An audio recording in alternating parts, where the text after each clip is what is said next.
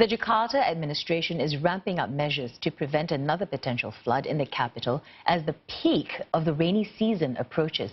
And it can't afford to fail this time round. Well, not after a group of residents filed a lawsuit against the administration for failing to prevent loss of lives, property damage, and slow in its response during the floods over the new year. 67 people were killed and thousands evacuated in many parts of Greater Jakarta in one of the worst floods in over a decade. Saifulbari Ismail tells us more. These workers are making sure that water pumps next to the Ciliwung River that flows through Jakarta are working properly. In the event that they don't, the capital could once again be underwater during a heavy downpour. And that was what happened over the new year that caused one of the worst floods in over a decade in the capital. More than 200 affected residents believed the Jakarta administration was negligent and filed a lawsuit. They are seeking some $3 million in compensation for property damages and loss of lives. 67 people were killed. In anticipation of more rain, the local government has brought in more pumps.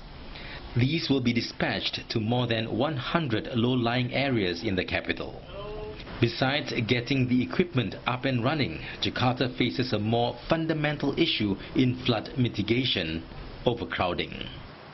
This is the East Flood Canal, which flows from East Jakarta to North Jakarta.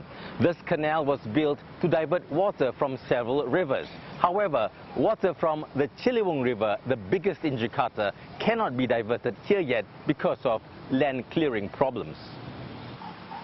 Residents staying too close to the riverbanks are still refusing to be relocated.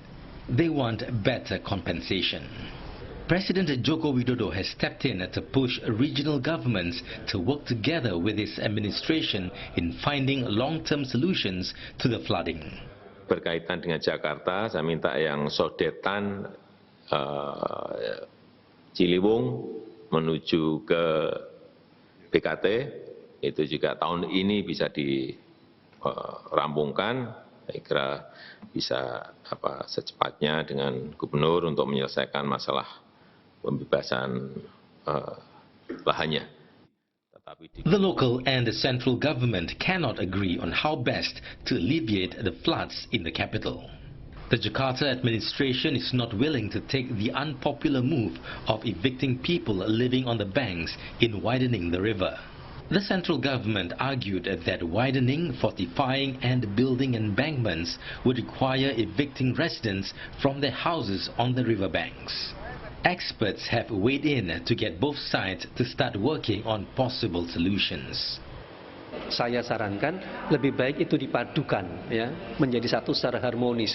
Untuk lahan-lahan yang cukup lebar bisa digunakan naturalisasi dengan pendekatan lebih alami, tetapi kalau untuk lokasi-lokasi yang sangat terbatas lahannya, maka pilihan utamanya adalah normalisasi. Nah, ini yang bisa digabungkan daripada itu diperdebatkan. Itu akan lebih cepat menyelesaikan.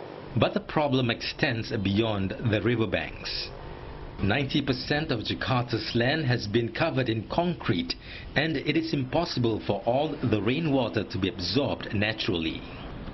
Even though the city has imposed regulations obliging developers to build absorption wells and green spaces in their properties, in reality, many ignored the regulation. Banyak ruang terbuka hijau di Jakarta ini berada di atasnya berubah menjadi gedung perkantoran, menjadi kawasan-kawasan industri, menjadi pusat perbelanjaan, jadi mall. Nah, itu tidak pernah ditertibkan hingga sekarang. Misalnya pemerintah daerahnya tidak mau melakukan proses kajian lingkungan hidup strategis, atau kedua, sudah keluar kajiannya dengan baik, tapi rekomendasinya nggak dijalankan. It's a man-made disaster. Excessive groundwater pumping has caused Jakarta's land to sink up to 6.7 inches per year. There's another challenge for the capital in mitigating the floods: rising sea level due to climate change. It threatens to submerge the capital by 2050. It seems there is no better time to start moving the capital to a higher ground, namely East Kalimantan. Saifulbari Ismail, CNA, Jakarta.